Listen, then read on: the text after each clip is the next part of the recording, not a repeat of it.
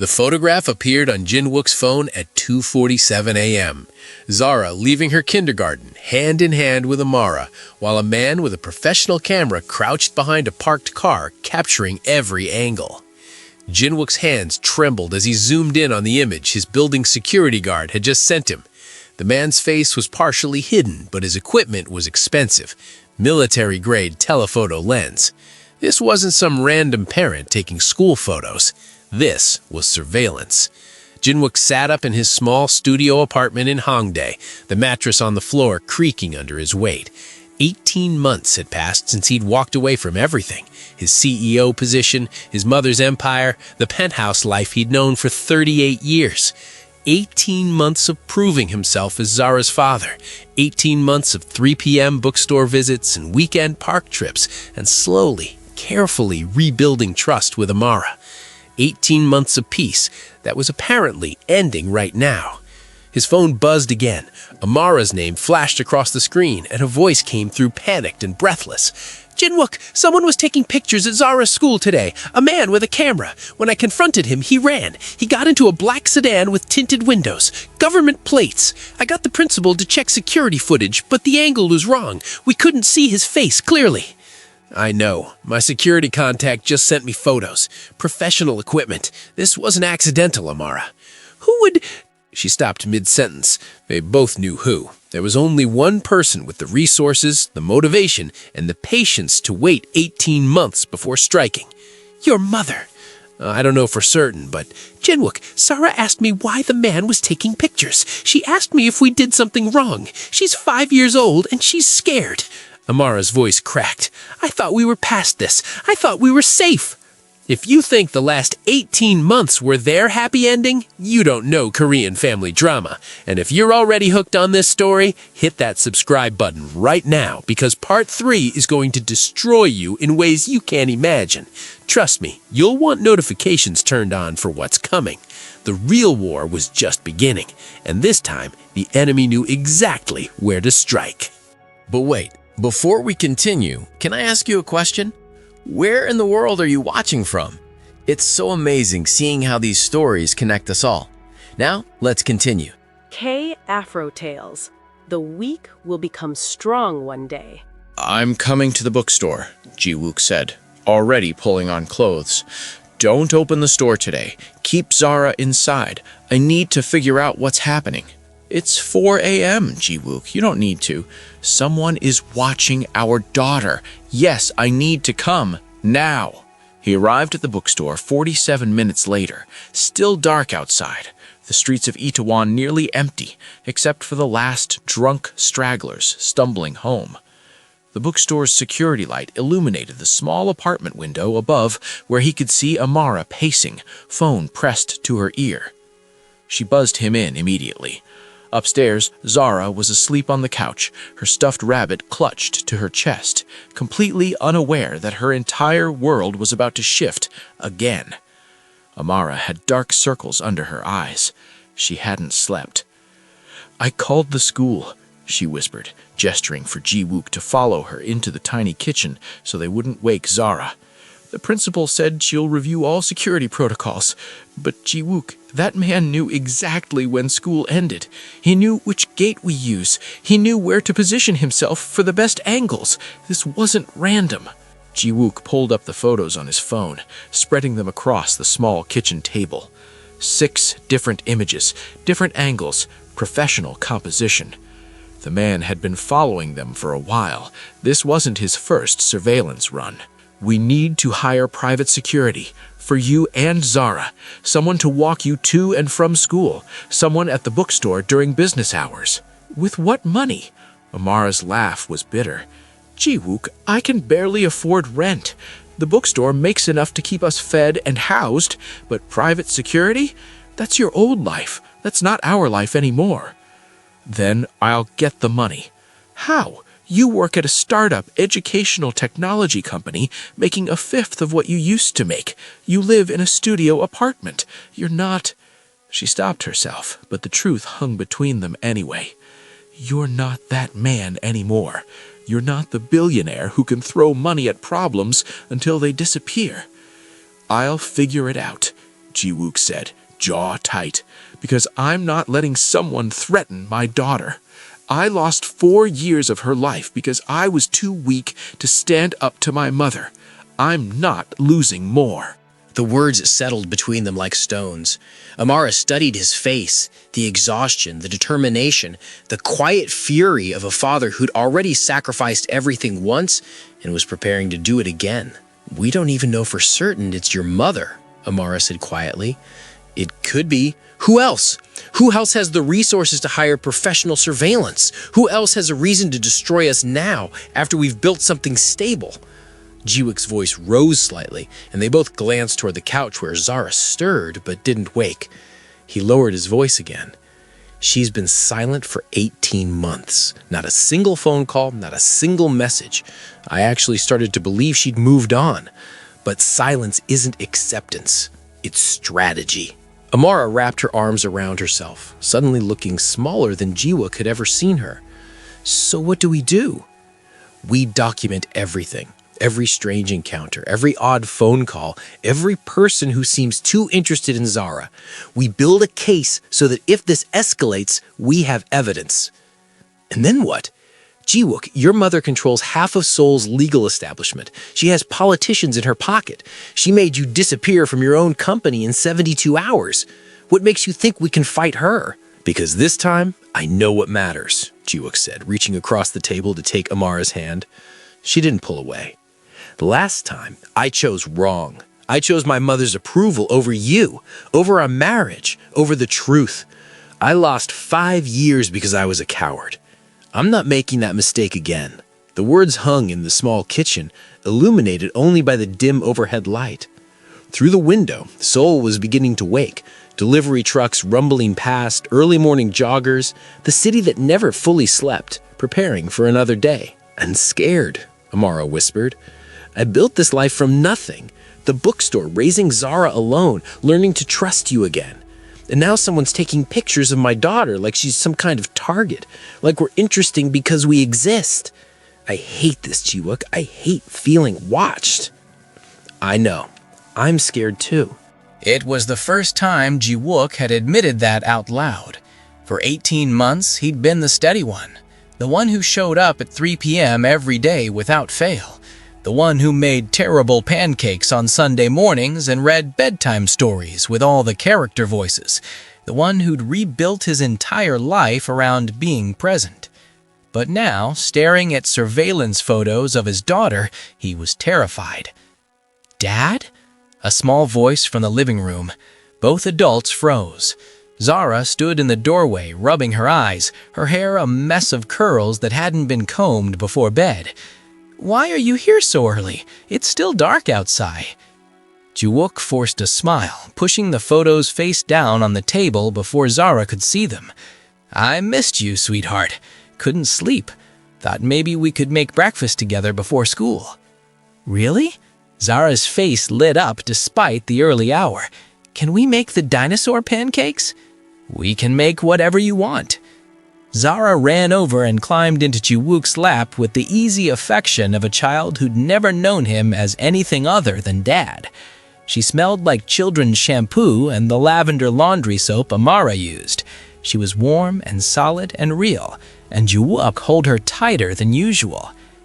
"Dad, you're squishing me," Zara complained, but she was giggling. "Sorry, sweetheart. Just really happy to see you." "You saw me yesterday." "I know, but I'm still happy." Amara watched this exchange with an expression Ji-wook couldn't quite read. Soft, sad, grateful, terrified, all at once. This was what they'd built together over 18 months. This easy morning affection, this family dynamic that felt almost normal, and someone was threatening it. They made dinosaur pancakes.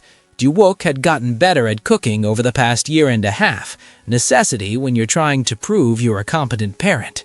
The Triceratops pancake only looked slightly deformed. Zara ate it anyway, chattering about show and tell at school tomorrow where she was bringing her fossil collection. Normal. Everything looked so perfectly normal. A father making breakfast with his daughter, a mother washing dishes and laughing at their terrible pancake shapes, morning sunlight streaming through the small kitchen window. But Ji-wook couldn't stop thinking about the photographs, couldn't stop calculating risk factors, couldn't stop wondering when the next attack would come. It came 3 days later. Ji-wook was at work, his small office in a startup incubator in Gangnam, nothing like the top-floor executive suite he'd once occupied, when his phone rang. Unknown number, Seoul area code. He almost didn't answer. Mr. Han Ji-wook, a woman's voice, professional, cold. This is Investigator Park Min-jung from Seoul Child Protective Services. I need to schedule a home visit regarding your daughter, Han Zara. Ji-wook's blood turned to ice. I'm sorry, what? We've received a concerning report about your daughter's living situation. Standard protocol requires us to investigate. I can come to Miss Williams' residence this Friday at 2 p.m., or we can schedule for early next week. What kind of concerning report? I'm not at liberty to discuss the details until we complete our investigation. Will Friday at 2 p.m. work, or should I schedule for another time? Who filed the report? That information is confidential. Will Friday work, Mr. Han? Ji-wook felt rage building in his chest, white-hot and dangerous. Friday's fine, but I want to know who's making accusations about my daughter. All reports are confidential to protect the reporter. I'll see you Friday at 2 p.m. Please ensure both parents are present. She hung up before Ji-wook could respond. He immediately called Amara. She answered on the first ring, already panicked because she'd received the same call 5 minutes earlier. Ji-wook, what's happening? Child Protective Services? Someone reported us? Reported what? Zara is loved and healthy and... I know. This is the next attack. First surveillance, now this. They're building a case. A case for what? Ji-wook didn't want to say it out loud, didn't want to give the fear power by naming it. But Amara was smart. She already figured it out. They're trying to take her away, Amara whispered. They're going to say we're unfit parents, that our arrangement is unstable, that Zara needs a traditional family structure. Oh my God, Ji-wook, they're going to try to take my daughter. Our daughter. And I won't let them happen. I swear to you, Amara, I won't let them take her. You couldn't stop them from taking your company. You couldn't stop them from freezing your trust fund. You couldn't stop them from destroying your reputation. How are you going to stop them from taking Zara? The question hung between them like a knife. True, devastating, unanswerable. Because Amara was right. Ji-wook had lost every battle against his mother so far. What made him think this time would be different? Because last time I fought alone, Ji-wook said quietly. This time I have you, and I have 18 months of evidence that I'm a good father. Every school pickup, every doctor's appointment, every parent-teacher conference. I've been there, Amara. I've documented everything. Let them investigate. They'll find a father who shows up. And they'll find an unmarried couple living separately with an unconventional custody arrangement. They'll find a foreign mother with a bookstore that barely breaks even. They'll find a father who went from billionaire to middle class in 72 hours. Ji-wook, they won't see what we've built. They'll see vulnerability. She was right. God help him, she was right. The home visit happened exactly as scheduled, Friday at 2 p.m. Investigator Park Min-jung arrived with a clipboard, a professional smile that didn't reach her eyes, and questions designed to sound casual but felt like traps. She interviewed Amara first, while Ji-wook waited downstairs in the bookstore, trying not to pace. 47 minutes. That's how long she kept Amara upstairs. When Amara finally came down, her face was pale and her hands were shaking. "Your turn," was all she said. Ji-wook climbed the stairs to the small apartment above the bookstore, where Investigator Park sat on the couch with her clipboard, looking perfectly comfortable in their home like a predator who'd already decided on its prey. "Mr. Han, thank you for meeting with me. Just a few routine questions about your daughter's care," she smiled. It was the kind of smile that said nothing was routine about this. "First, can you tell me about your current living situation? I live in a studio apartment in Hongdae. Zara stays with me 3 nights a week, Tuesday, Thursday, and every other weekend. And why don't you live together as a family? Amara and I aren't married, but you were married. You divorced 5 years ago, and then you discovered you had a daughter. Most parents in that situation would remarry for the child's stability. The question was loaded, implying that their arrangement was selfish, unstable, not in Zara's best interest. We're focused on being good co-parents. Marriage isn't required for that. But wouldn't a traditional family structure be better for Zara? 2 parents, 1 home, stability? Zara has 2 parents who love her. She has stability. She has routine. She's thriving. Investigator Park wrote something on her clipboard. Ji-wook couldn't see what. Tell me about your employment, Mr. Han. You were CEO of Hanstar Technologies. Now you work at a startup making considerably less money. That's quite a change. I chose my daughter over my career. I'd make the same choice again. And you don't resent her for that? The question hit like a physical blow. No, never.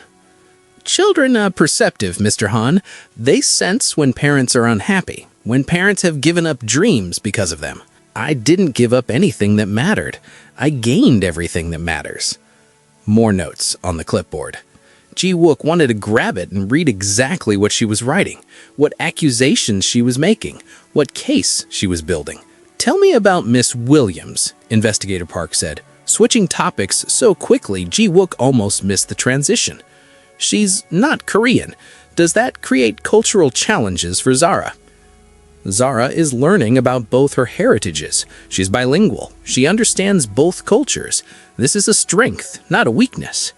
But Korean society can be difficult for mixed-race children. They face discrimination, bullying. Wouldn't Zara be better off in a more traditional Korean household where she fits in? There it was, the knife sliding between his ribs. The real argument, not that Ji-wook and Amara were bad parents, but that they were the wrong kind of parents. That Zara would be better off with someone else, someone more traditionally Korean, someone with more money, someone like Ji-wook's mother. Zara is thriving exactly where she is, Ji-wook said, fighting to keep his voice level. She's happy, healthy, loved, and doing well in school. Everything you're suggesting is based on assumptions about what might happen, not what's actually happening. I'm just exploring all angles, Mr. Han, ensuring Zara's best interests are protected. Investigator Park stood, smoothing her skirt. Thank you for your time. I'll be submitting my report to the department next week. You'll be notified of our findings.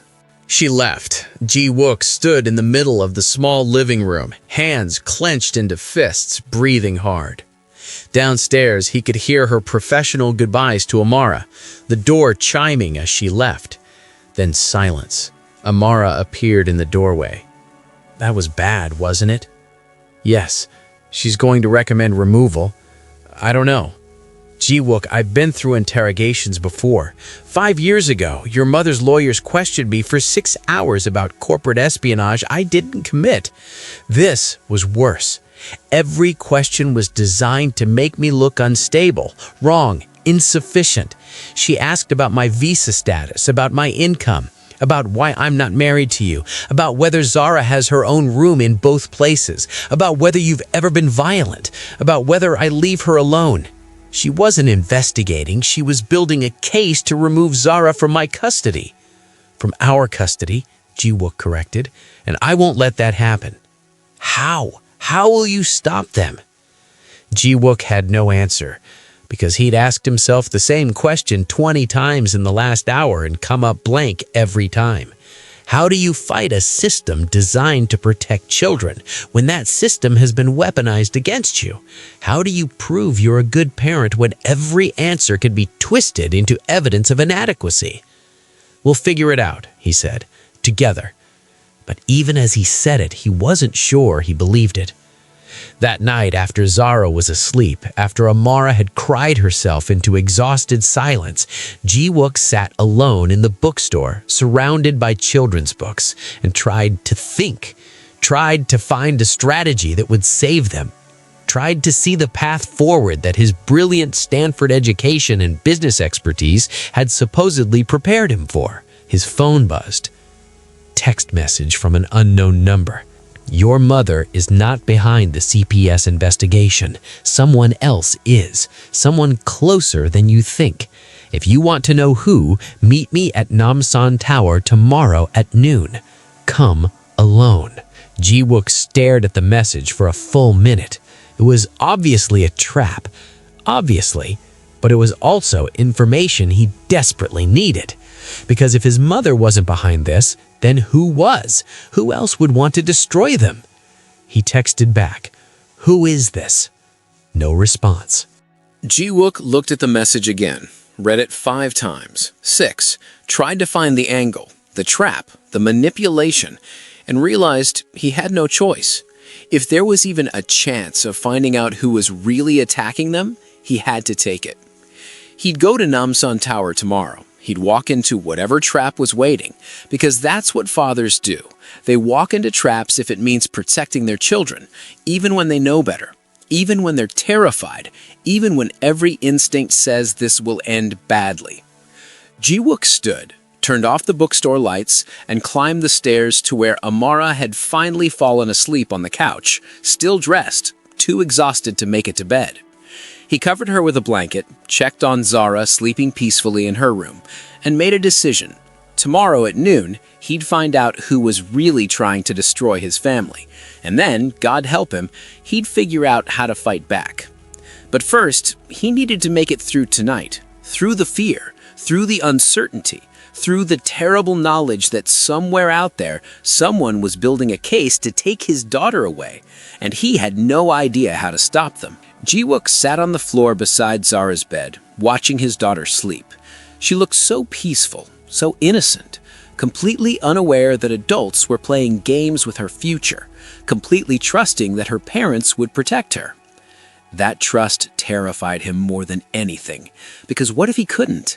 What if, despite everything he sacrificed, despite 18 months of showing up, despite choosing her over everything else, what if it wasn't enough?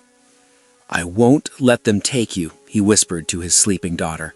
"I promise. I don't know how yet, but I'll figure it out. I'll protect you, no matter what it costs." Zara stirred in her sleep, reaching out instinctively. Ji-wook took her small hand in his larger one, held it gently, and made a silent vow that he'd keep this promise even if it destroyed him. Because some things are worth losing everything for, and his daughter was the first thing on that list. Want to see what happens at Namsan Tower? Hit that like button if you're invested in this family's survival, because the next part of this story is going to test everything they've built. The next morning, Ji-wook kissed Zara goodbye at 7 a.m., told Amara he had a work meeting, and hated himself for the lie. But he couldn't tell her about the mysterious text message, couldn't tell her he was walking into a potential trap, because Amara would either try to stop him or insist on coming, and he needed to face whatever was waiting alone. Namsan Tower loomed above Seoul like a sentinel. Ji-wook arrived at 11:45, 20 minutes early, scanning the crowds of tourists and couples taking photos, looking for whoever had sent that message, looking for the trap he knew was coming. At exactly noon, a woman approached him, mid-30s, expensive suit, familiar face that he couldn't quite place until she spoke. "Hello, Ji-wook. It's been a while." And then he remembered Kang Eun-ji, his former fiancée, the woman he'd left at the altar 18 months ago when he discovered Zara, the woman whose family's semiconductor company had lost billions when their merger collapsed, the woman who had every reason to hate him. "What are you doing here?" Ji-wook asked, already knowing the answer wouldn't be good. "I sent you the message because I thought you deserved to know the truth before everything falls apart." Eun-ji smiled, and it wasn't friendly. It was victorious. "Your mother isn't behind the CPS investigation. I am." The world tilted. Ji-wook grabbed the railing of the observation deck to steady himself. "You? Why? I thought you'd moved on. You thought wrong." Eun-ji's voice was sharp as broken glass. "You humiliated me, Ji-wook. Canceled our wedding 48 hours before the ceremony. Made me a laughingstock. Do you know what that did to me? To my family? To our company's reputation? We lost the merger, lost billions. My father still won't speak to me because he blames me for not keeping you interested enough to follow through. That's not, Ji-wook stopped, because there was no point arguing. In Eunji's world, in his former world, that's exactly how it looked. He'd humiliated her, cost her family billions, made her the woman who couldn't keep her man even when marriage meant corporate empire building. So, I decided to return the favor, Eunji continued, her voice calm now, clinical. I couldn't destroy you financially. Your mother already did that. Couldn't destroy your reputation. Again, your mother. But I could destroy the one thing you actually care about, your little family, your bookstore girlfriend, your mixed-race daughter who doesn't quite fit anywhere. Ji-wook lunged forward, and Eunji stepped back quickly, raising her hands. Don't, she said. There are cameras everywhere, and assaulting me would just prove you're unstable, which is exactly what my report to CPS suggested. You filed the report? I filed the initial anonymous concern, but I also did more than that. Eunji pulled out her phone, showed Ji-wook a photograph. Him and Amara arguing outside the bookstore 3 weeks ago. I've been documenting everything. Every time you and Amara fight, every time Zara looks sad, every time your co-parenting arrangement looks chaotic, building a case that she'd be better off with a stable, traditional Korean family. A family like yours? No, a family like your mother's. Eunji smiled at Ji-wook's expression. Oh, you didn't know? Your mother and I've been talking. We both want the same thing, for you to come back where you belong. You can't run a technology empire from a startup incubator. You can't be the heir we need while playing house with your ex-wife. So, we're motivating you. By threatening to take my daughter? By showing you that your current path leads nowhere. Zara would thrive with your mother's resources. Best schools, best doctors, best everything. You know this, Ji-wook. You're smart enough to see that your pride is hurting that little girl. She could have everything. Instead, she has a tiny apartment and a bookstore and parents who aren't even together. Ji-wook felt rage building, white-hot and dangerous. Zara has parents who love her. That's worth more than anything my mother could give her. Is it? Yoonji asked. Is it worth more than security, stability, opportunity? Because CPS doesn't think so. Their preliminary investigation shows significant concerns about your arrangement. Miss Williams' visa status is questionable. Your financial situation is unstable. You're living separately in inadequate housing. Zara would be better off with your mother. And guess who's first in line for custody if you and Miss Williams are deemed unfit? She can't just take her. Actually, she can. As Zara's biological grandmother with unlimited resources and a spotless reputation, she's the perfect custodial guardian if you two are found to be inadequate. And trust me, Ji-wook, we're building a very compelling case for inadequacy. Ji-wook wanted to throw Yoonji off Namsan Tower, wanted to scream, wanted to hit something. Instead, he forced himself to breathe, to think, because rage wouldn't save Zara, only strategy would. What do you want? He asked. I want you to come home, resume your position at Handstar Technologies, marry me like you were supposed to 18 months ago, merge our companies. Your mother will drop the custody case. Zara stays with you and Miss Williams. Everyone wins. Except I have to give up everything that matters to marry a woman I don't love for a company I don't want. Yes, exactly. Yoonji stepped closer. But look at it practically, Ji-wook. You can see Zara whenever you want. You'll have the resources to give her everything. Your mother will back off. Miss Williams keeps her daughter. The alternative is that Zara goes to your mother full-time, you have supervised visitation, and Miss Williams gets deported because her visa status collapses under legal scrutiny. Which option sounds better? Ji-wook stared at her. At this woman he'd almost married. At this woman who was threatening to destroy his daughter's life to get revenge for a canceled wedding. And he realized something terrible. She wasn't wrong about the power dynamics. She and his mother had all the cards, all the resources, all the legal leverage, and he had nothing except love, which wasn't enough, had never been enough, would never be enough in a world where power and money mattered more than anything else. I need time to think, Ji-wook said. You have 48 hours. After that, the final CPS report gets filed. And trust me, Ji-wook, you don't want to read what it says. Eunji turned to leave, then paused. Oh, and don't bother telling Miss Williams about this conversation. I have recordings of everything. If she tries to interfere, I'll use them to prove she's coaching Zara to lie to investigators. So this is between you and me. Make the right choice. She walked away, disappearing into the crowd of tourists taking selfies against Seoul's skyline. Ji-wook stood alone at the railing, looking out at the city he'd once commanded from the top floor of Hanstar Technologies, the city that had once been his kingdom, the city that was now his prison. He pulled out his phone, called the one person who might be able to help him find a way out of this, his former chief counsel at Hanstar, the only person from his old life who'd stayed loyal after his fall from grace.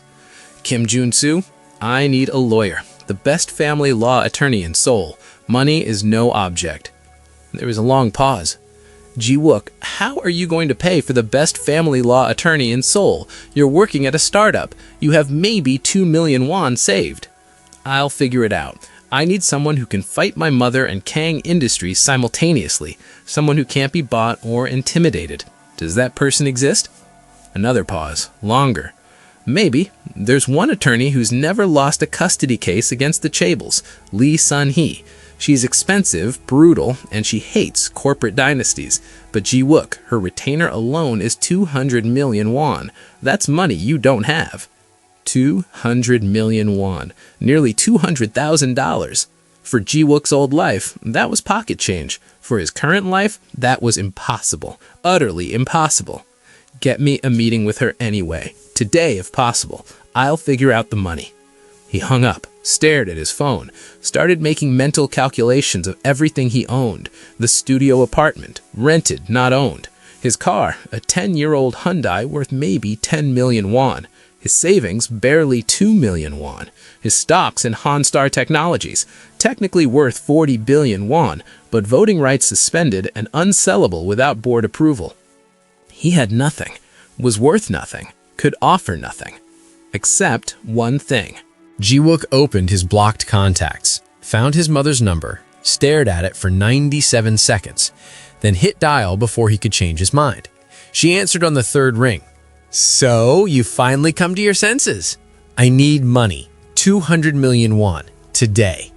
For what? Lawyer fees. Someone's trying to take Zara. Someone you're working with. I need to fight back. His mother laughed. Actually laughed. You think I'm going to give you money to fight against myself? Ji-wook, you're not stupid. Don't act like it.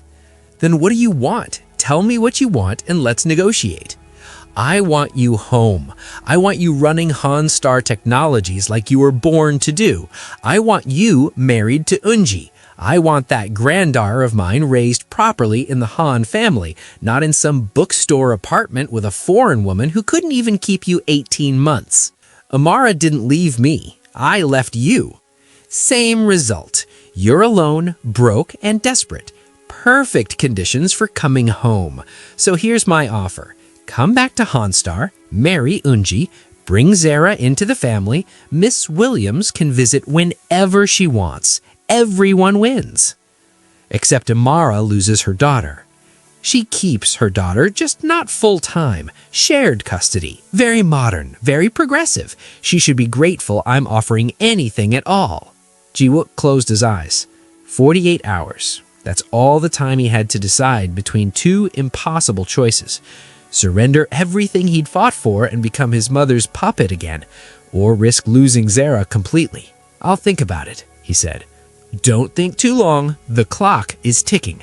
And Ji-wook, I've missed you. Your office is exactly how you left it, waiting for you to come home. She hung up. Ji-wook stood at Namsan Tower for another 30 minutes, trying to find a third option, a way out, a strategy that didn't involve total surrender or total loss. But every scenario ended the same way. He didn't have enough power, enough money, or enough leverage to fight both his mother and the Kang family simultaneously. He'd sacrificed everything 18 months ago, thinking it would be enough, thinking love would be enough, thinking being a good father would be enough. He'd been wrong. And now his daughter would pay the price for his naivete. Ji-wook walked back to the bookstore in a daze. Amara was helping Zara with homework at the kitchen table when he arrived. They both looked up, and Amara immediately knew something was wrong. What happened? Nothing. Work meeting ran long. You're lying. Amara stood, walked over, grabbed his face between her hands the way she used to when they were married. What happened, Ji-wook? Tell me. He wanted to. God, he wanted to tell her everything. About Eunji, about his mother, about the impossible choice, about the 48-hour deadline.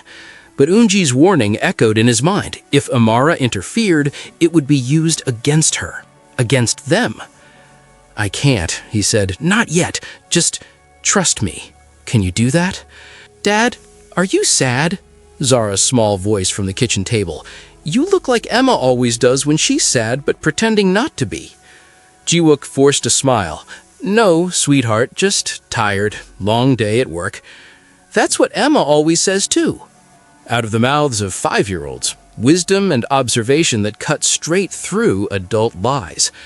Ji-wook sat down at the table next to Zara, pulling her homework over to look at her math problems. Simple addition. 2 plus 3 equals 5. 4 plus 1 equals 5. Problems with clear answers. Problems you could solve if you just followed the rules. He wished his life was that simple. That night, after Zara was asleep, after Amara had given up trying to get him to talk, Ji-wook sat alone in the bookstore again. His phone buzzed. Attorney Lee Sun-hee could meet him tomorrow at 9 a.m., her office in Gangnam. He should bring all documentation regarding custody arrangements, CPS investigation, and financial statements. He should also bring her 200 million won retainer. Ji-wook laughed. It came out bitter and broken. Where was he supposed to get 200 million won in 36 hours? Rob a bank? Win the lottery? Sell his soul? Wait, that last option wasn't actually a joke. Ji-wook pulled out his phone again. This time, he called his former assistant from Hanstar Technologies, the woman who'd organized his calendar, his meetings, his entire life for 8 years before he walked away. Ji-wook? She sounded surprised. I didn't think I'd hear from you again. I need a favor. I need you to schedule a meeting with my mother. Tomorrow morning, early, before my 9 a.m. appointment. Ji-wook, your mother doesn't want to meet with you unless you're ready to come back to the company. Tell her I'm ready to negotiate terms. Tell her I'm ready to discuss the family reunion she wants. Tell her whatever you need to tell her to get me that meeting. Silence. Then, are you serious? Are you actually considering going back? I'm considering all options. Can you set up the meeting? I'll try, but Ji-wook, are you sure about this? You left for a reason. You chose your daughter over everything. Don't let them make you regret that choice. It's too late for that. Just get me the meeting. He hung up, stared at his phone, wondered when he'd become the kind of man who considered surrendering to his mother just to afford a lawyer, wondered when desperation had become his default state, wondered if this was what losing looked like. Not a dramatic defeat, but a slow erosion of principles until you couldn't remember why you'd fought in the first place. Ji-wook opened his photo album, found pictures from the last 18 months, Zara's 5th birthday party at the bookstore, her first day of kindergarten, Christmas morning when she'd woken them both up at 5 a.m. because she was too excited about presents. Ordinary moments that had felt extraordinary because he'd almost missed them entirely. He couldn't lose this, couldn't lose her, couldn't go back to being the man who only saw his daughter on scheduled, supervised visits while his mother controlled every aspect of her life. But he also couldn't afford to fight, which left him with exactly one option: surrender. Again, like he always did, because at the end of the day, Han Ji-wook was still his mother's son, still the obedient heir who'd been trained from birth to choose duty over desire, obligation over love, family empire over personal happiness. He'd rebelled once, 18 months ago, and now he was learning the price of rebellion. You can choose freedom, but you can't afford to keep it. His phone buzzed. Message from his former assistant. Meeting confirmed. Tomorrow, 7 a.m., your mother's residence. She says come prepared to discuss specifics. Ji-wook read the message 3 times. This was really happening. He was really considering this. After everything he'd sacrificed, after 18 months of rebuilding his life around being present for Zara, after swearing he'd never let his mother control him again, here he was, crawling back. Because what else could he do? Let Zara be taken? Let his mother win custody and raise his daughter the way she'd raised him, with expectations, pressure, and love that looked more like ownership than affection? Watch Amara get deported while he lost his daughter to the very woman who'd destroyed their marriage? No, better to surrender on his own terms. Better to negotiate from inside the system than fight hopelessly from outside. Better to have some control over Zara's future than none at all. Ji-wook stood up, walked upstairs, found Amara still awake, staring at the ceiling, unable to sleep. "I have meetings tomorrow," he said quietly, early. "I might not be able to do afternoon pickup at school. Can you handle it?" "Of course, but Ji-wook, I love you," he said it, suddenly, unexpectedly, desperately. "I need you to know that. Whatever happens tomorrow, whatever decisions I have to make, it's all because I love you, and I love Zara, and I will do anything to keep this family together, even things you might hate me for. Do you understand?" Amara sat up, eyes wide. "What are you going to do?" "What I have to. What I should have done 18 months ago before I let pride convince me I could fight the world with nothing but love and determination. I was wrong, Amara. Love isn't enough. It's never been enough, and I'm tired of pretending it is." "Ji-wook, you're scaring me." "Good. You should be scared, because tomorrow everything changes, and I need you to trust that I'm making the best choice I can with impossible options. Tell me what's happening, please." "I can't. Not yet. Just take care of Zara and remember that everything I do for her, for us, for this family we built from the ruins of everything else." He kissed her forehead, left before she could ask more questions, went back to his studio apartment alone and spent the rest of the night staring at the ceiling, counting down the hours until 7 a.m. when he'd walk into his mother's house and surrender everything he'd fought for. Because sometimes fighting isn't brave. Sometimes it's stupid. Sometimes the smart move, the adult move, the move that actually protects the people you love, is surrender. And Ji-wook had finally learned to be smart instead of brave. The clock hit midnight, 48 hours until Eun-ji filed her final CPS report, 36 hours until he lost everything, 7 hours until he begged his mother to take him back, 7 hours until he became his father's son again, his mother's puppet, the heir who'd finally learned his lesson about rebellion. 7 hours until he proved that the last 18 months had been a beautiful delusion, that you can't escape family empires, that duty always wins over love, that people like him don't get happy endings, they get obligations. Ji-wook closed his eyes and tried to sleep. Failed. Tried to pray even though he wasn't religious. Failed at that too. Settled for lying in the dark, counting breaths, waiting for morning, and wondering if this was how every tragic hero felt in the moment before their final, inevitable surrender. At 6:45 a.m., he showered, put on his best suit, 2 years old now, slightly outdated but still respectable, looked at himself in the mirror and saw his father staring back. The same resignation, the same defeat disguised as pragmatism. The same understanding that in the war between heart and empire, empire always wins. At 7 a.m. exactly, Ji-wook rang his mother's doorbell for the first time in 18 months. The door opened immediately. His mother stood there, perfectly composed, perfectly groomed, perfectly victorious. "Welcome home, son," she said. And Ji-wook walked through the door, back into the life he'd tried so hard to escape, surrendering everything he'd fought for, because that's what fathers do. They make impossible sacrifices so their daughters don't have to, even when those sacrifices break them completely, even when it means losing themselves to save their families, even when they know, absolutely know, that they'll hate themselves forever for making this choice. The door closed behind him, and the trap snapped shut. If you need to know what happens when Ji-wook makes his final choice, make sure you're subscribed, because Part 3 will show you exactly what surrender costs and whether any family can survive it. What do you think would happen next? Do you think this story needs more episodes? And do you think Ji-wook and Amara would eventually overcome this war?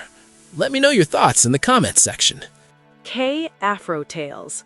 The weak will become strong one day.